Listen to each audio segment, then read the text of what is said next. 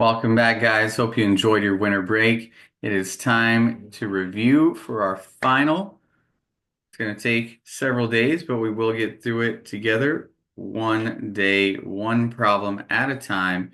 There's a total of 25 questions, and it's going to be worth 100 points, but it is a CGA. So let's talk about all the details of not just the practice final, but the final as well. So the practice final, which we're doing now, is 25 questions worth a total of 20 points. And remember, just like any practice test, you only receive credit if you show your work and an answer. Just like any other assignment, this is open book, open notes. Just be sure to use them to help you, not to do the work for you. Like I said a moment ago, it's 25 questions for the final. Each question is 4 points, totaling 100 points, and that's a CGA. Please look in your class announcements for the TGA and CGA end of semester deadlines. Don't want to miss it. Those are tight deadlines because the report cards need to go out. And those are your official transcript grades for the semester. Of course, not taking the final will affect your grade in some way. Um, well, not taking it will affect it negatively, but if you take and do well, of course, that will affect it positively. Let's talk about deadlines right now. So the final will open when we're done with the practice test review. We're going to take as many days as it takes, but for these recordings, we're going to go through 5 problems a day, okay? 5 problems a day for 5 different days. Each semester is different depending on which year you're taking this class in. So just remember that the due date for the final is before the end date. So what happens is, let me get a highlighter. Again, your dates may be different depending on the year you're watching this recording. But basically, in this situation, the final I'm making due on Thursday, January 16th at 4 p.m., which is when I'm going to zero it out. Basically, this is a reminder for you to take it. It also tells you what your grade will be if you don't take the final. Okay? But you'll have extra time to turn it in. For example, here it's not closing until the next day at 4 p.m. Of course, everyone is required to take the final because it's really showing what you've actually learned. Okay? So let's get into it. We're going to go through 5 problems today. Just like I said, as always, pause the recording, practice, and then we'll do the work together.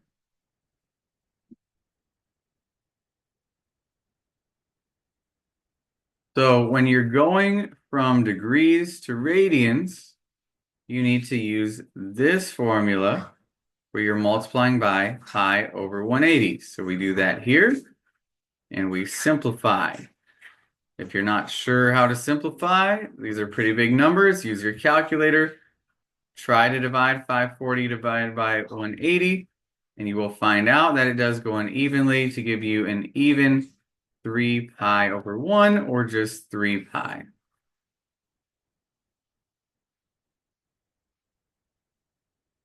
Number 2.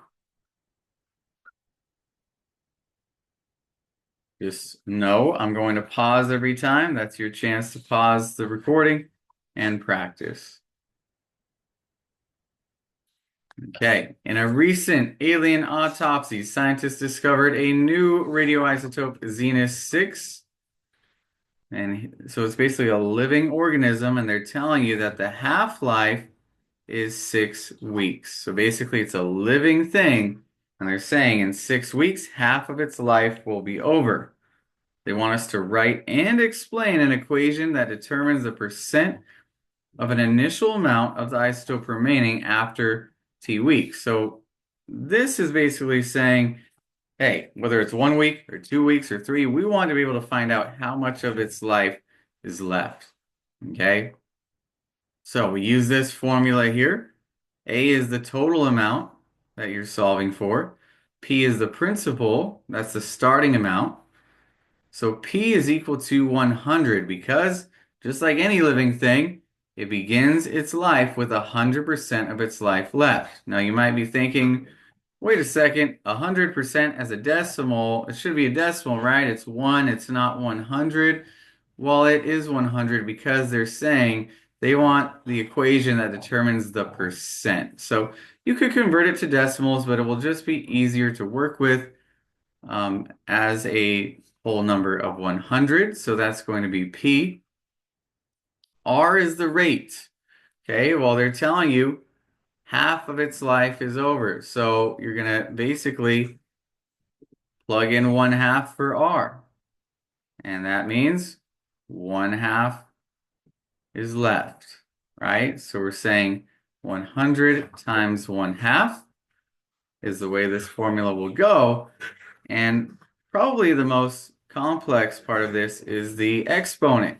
Here's how that works. Well, T represents the number of weeks that have passed. If you want to check after 1 or 2 or 3, that's the variable ultimately you're substituting in for. Okay? And N is the number of weeks to reach a half. Well, they told us 6 weeks would give us the half-life, so 6 goes in the denominator. And let's prove how this makes sense. Well, it said, I wrote it out right here. Please provide explanations, not just an answer. Okay, here's mine. You can use mine or use your own. But let's test it out. So they're basically saying that this is the formula. And if we wanted to test the amount of life left after, let's say, 6 weeks, 6 is the variable we're putting in, right, instead of T. Well, that would be 6 over 6, which is just 1, and anything to the first power is itself. So basically what we're saying is in 6 weeks, well, 100 times a half is 50, and we're talking in terms of percents. So now you can see how that makes sense. In 6 weeks, 50% of its life is gone, 50% of its life is left, which was exactly what they told us.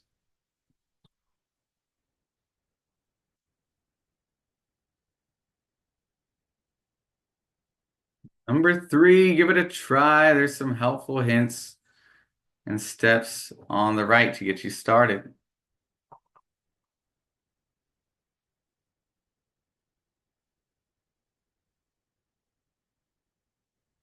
If you said the answer is C, you were absolutely correct. And here's the train of thought you should have had.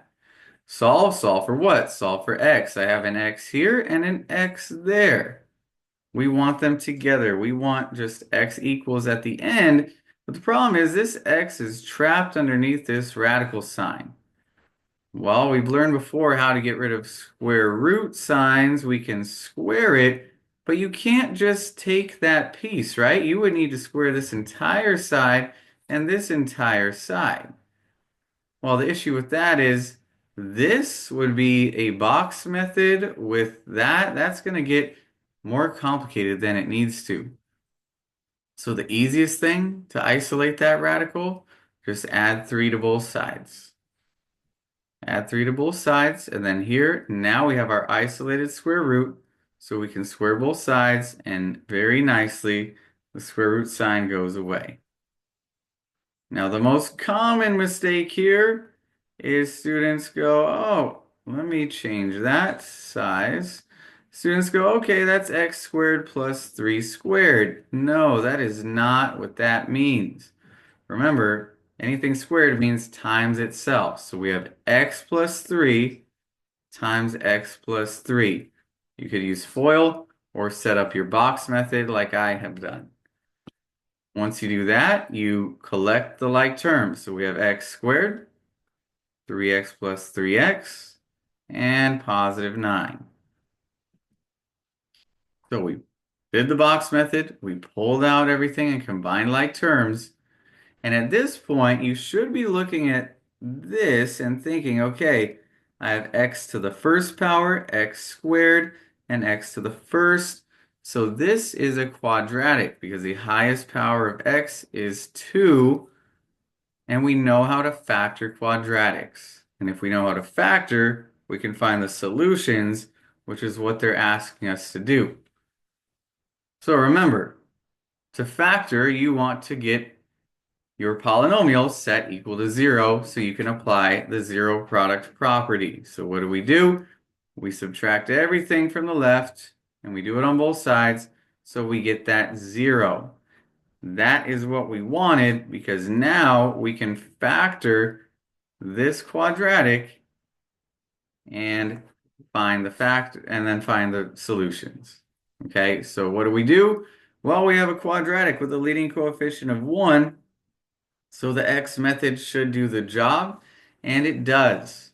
Okay, you get your factors of 3. Well, that's part of the factor, right? You put it there, and 1 right there. So now we have our two factors, and we set each equal to 0 and solve for x. I didn't show this work before, but I'll show it here on the side.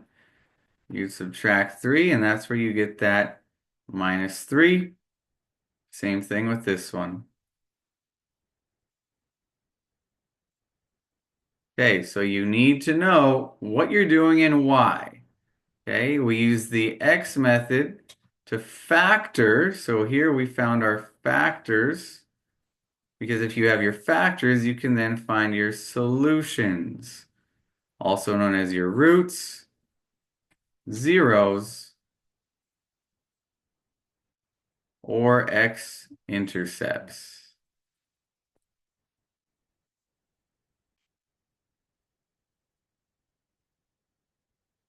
Number 4.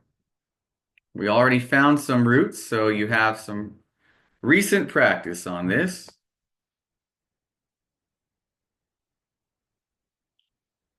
Well, the really nice thing about this one, opposed to this, here, this was not factored at all.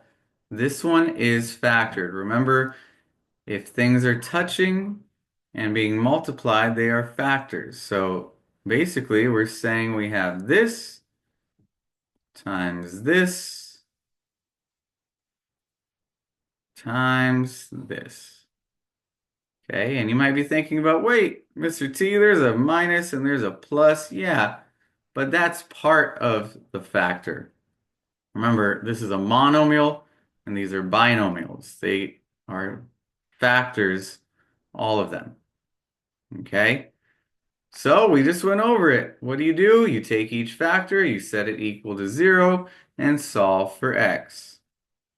The first one here is maybe the least obvious of how to solve. You have 1/3 being multiplied with x and it's being squared. I would undo that 1/3 first. You could divide both sides by 1/3, but that looks a little bit messy. So what I would instead do is remember dividing is the same as multiplying by the reciprocal. So the reciprocal of 1/3 is 3/1, which gives us just 1 if you multiply these together. Now on the right, of course, that just turns into 0. But we also need to take the square root. When we do that, you want to include that plus or minus, but hey, 0 is not positive or negative, so we can just leave those alone and write 0. For these other two, these are more simple and straightforward. You just add and then divide. So inverse operations is the name of the game here, and here it's subtract.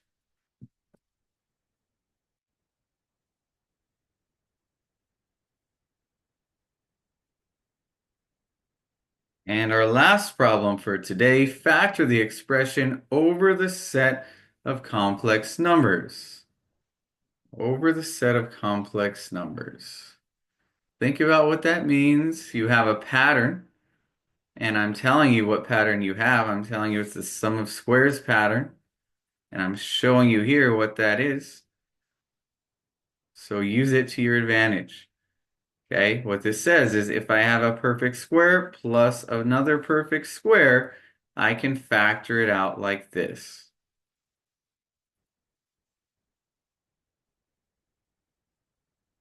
Okay. Notice saying no real solutions is not good enough.